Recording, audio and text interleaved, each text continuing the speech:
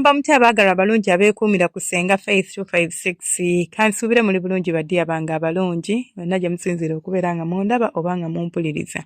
Kakati olunaku olwaleero njagala kwogera ku nsonga za Nkyabali. Bannange, bw'abanga omusajja kuba akakyabali bakyala muyige okuyamba ku basajja bammwe. Omusajja n'alafuuba naye no bw'ali otetenkanya omusino okimanya akasino ko kati ne kali munda. Kyokka omulese yali olafuubana na byonna. Muyambe kukwata ku kiriba ekyo ekisiko okizza ebbali omusajja asobole okubeera nga akukuba akakyabali obulungi. Tobeera bubeezaawo ng'olinga agamba nti yamanyi. Ekizibu kye muyina bakyala mwe muli selfish. Ate nga temumanyi nti mwekotoggera mwekka. Oyo omusajja gwe wookoteggera ye akuzina n'amala mu ddakiika 5, ddakiika 2 ng'asamudde agudde wali. Kyokka gwe ng'okyasitwagolinga n'embeera y'okulaba nti nsobola nti okutuuka ku ntikko, nsobola nti okubeera nga nsammula, nsobola nti okubeera nga nkola bwe nti.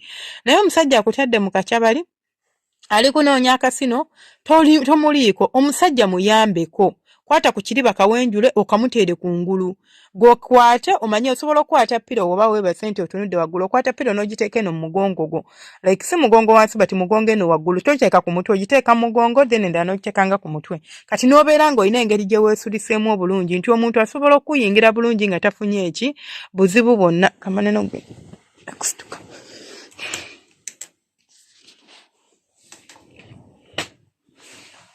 Nti omusajja asobola okuyingira bulungi nga tafunyeemu buzibu bwonna mu nsonga eyo.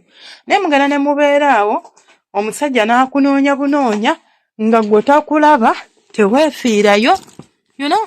Bw'oba olina omusajja nga muli mu kikolwa ky'omukwano, mulekeraawo ebintu by'okubeera ng'omusajja omulekerera n'ogamba yaba akola buli kimu.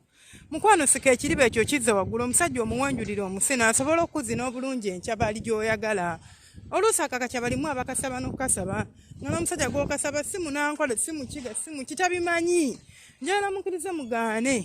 Abasajja abamu tebamanyi bukyabali nga babigwamu bugwi. Kakati ekintu agwamu kigwe, kyokka gwali naye gwagwamu ekigwe naye ali awo naye wakwegatta bwegasi. Kale nga bambi omutunuulira n'omusaasira. Ate kyo tuba tukitadde ebbali oba tuba tugambye nti tukiteeke ebbali. Muyige n'ekintu ekirala. Omusajja waba akuzina ng'owulira nti waakuba si weewwo. Kubanga akakyabali kolaba. Abakyala abamu temukaagala olw'okuba nti omusajja akakuba bubi oba akuzina bubi. Owulira bulungi nti byakkola si byebbyo. Tomuwulira tomufiiringa. Mu kifo ky'okumuyamba omulage bw'alina okkuba n'osirika busirisi ekivaamu n'obuganza siyagala kakyabali. Tonkuba kakyabali. Not because tokaagala, not because tokanyumirwa, but kubanga engeri gy'akakuba nkyamu ate nga gw'omanyi engeri y'okkakuba. Kwata omukira gw'omusajja oguteeke we gulina okuyita. Otandika okugukuutawo bw'oti akawuli awulirewo. Omugambe kozesa akamwako mugambe nti hani mbadde nsaba okole ki? Oyiseewo wano eno mpola mpola. Omugambe wano weegwagala. Totula kutunuzinga atategeera ng'olinga agamba nti yagenda kusoma ebirowoozo byo amanye weebiri. Si buli musajja nti amanyi nti omusino ogudda wano wabula munansonyiwa ku kanoyizi ako. Okay, kati noyizi erabika egenze. Si buli musajja nti amanyi nti omusino guyita wano oba guyita wali. Si buli musajja nti amanyi nti akakyabali bakakuba bwe bati. Abalala ne bw'omuwa vidiyo n'agiraba era tagenda bitegeera naye ate ggwe omanyi owulira ofiiringa. Omanya nti wano waayita watuufu oba si watuufu. Kwata omukira gw'omusajja ogukuute ku musino nga bw'oyagala ogukuutako. Sipiidi gy'oyagala gimulage. Omuganda njagala tutambulireko eyo peesi. Bw'aba agenda kapaalo mugambe hani ako kapaalo. Genda mpola mpola binnyumira nnyo. Omwami wo oba owulira nga pressure gy'atambulizaamu si gy'oyagala nti akasolo akanyigako nnyo akukuba bukubi awulira pain. Mulage pressure gy'oyagala. Mubuulire yogera naye communicate. Ekintu ekisinga okubeera nga kinyumisa okwezina ye communication. Having an open communication nga mwezina should be vital. Tekirina kubeera exception. Like kirina okubeera nga kikolebwa buli kaseera. Muno n'omugamba nti eyo speed yeeyo awo weewo. Cause normally mu complaining nti nze singa omusajja nkuba bukubi. Sajja kuba omukira n'oguwulira jjukira guba gwereeze bulungi nga gulinga kiboobo. Akusabula kasina ako. N'owulira bulumi nga bukutte. Naye mu kifo ky'okwogera naye n'omugamba nti ka pressure ketambuliramu si kenjagala oba okozesa amaanyi mangi. Otandika kusikina busikinyi bya kisiru. Bw'ovaawo ng'Enkyabali mungi gwoba mu kwezina. Nze sikyagala ddala Kakyabali Ssenga. Omusajja ngazi yemmana mubuulire, mulage, mugambe. tuula bulungi nnyo ng'omusajja akuzina okwate omukira gwe kennyini ogutambuze ate omugambe nti njagala olabe kyenkola. Ekyo kye kinnyumira hani wange. Tagenda kunyiiga, tagenda kulaba nti omufudde amatya mpoziko nga naye ffala bufala. Naye omuntu nga toli ffalawo ki ekiba kikunyiiza? Omukyala asobola okulaga kyayagala, ye mukazi amanyi kyayagala mu nsonga z'okwezina. Mumulekerawo okulobooza nti omusajja yagenda okutuusa ku ntikko. Buvunaanyizibwa bwo. 50% it is your responsibility okubanga wetuusa ku ntikko.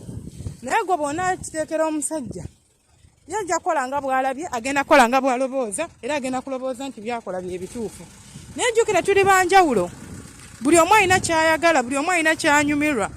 Togenda kubeera na muntu ng'olobooza nti yakutegeera nga takutegeera. So omuntu mugire mulaga abasajja bamwe mubayambeko. Weegattako ko n'omusajja n'akukuba enkyabali oba olina boyfriend wo ex boyfriend wo oba olinayo akamere ak'ebbali akamanyi okuba enkyabali kyokka omwami wo tamanyi. Bino bita fiiringi. Bomba mutabadde ng'eyo ne mugenda mu nsonga ezo ez'eyo wabweru mugenze simanya kwekyekeca. Nja kusaba onkolereyo ekintu kimu. Yigayo obukodyo obulete mu maka go gatereeze. Togamba bugambi yamanyi.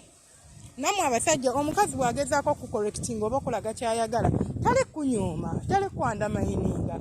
Tategeeza nti byokola tobitegeera. But ekituufu kiri nti you need this support. Kubanga ekituufu nga tukyogedde byokola si byayagala. Obitegeera but si kuye. Maybe ku Winnie, maybe ku bawala abalala. But buli mukazi wanjawulo. Buli omu alina ebimukyamula, buli omu alina ebimukolera. Tegeera nti ono ye ekimukolera kireka kirala oba kyekiri oba kyekino ogezeeko okukitambulirako oba ogezeeko okubeera ng'oderivalinga kyayagala omutuuse ku ntikko nga tewaliwo yadde okusika omuguwa. Nensigala nga nze Fenga Faith 256 temwerabira subscribinga kulikinga no commentinga kano ka recording ntambula. So bear with me. Munsaasire ate munsonyiwe ebyange eddoboozi libaddemu eryokuleekaana mukko. Naye kansuubire nti the main issue mukategedde.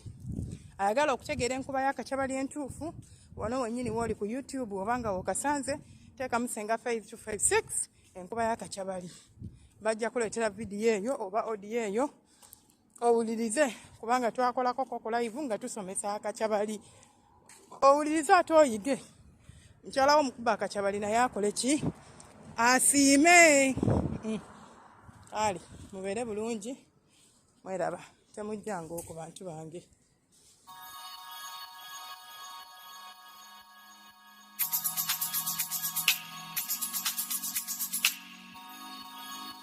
Yeah.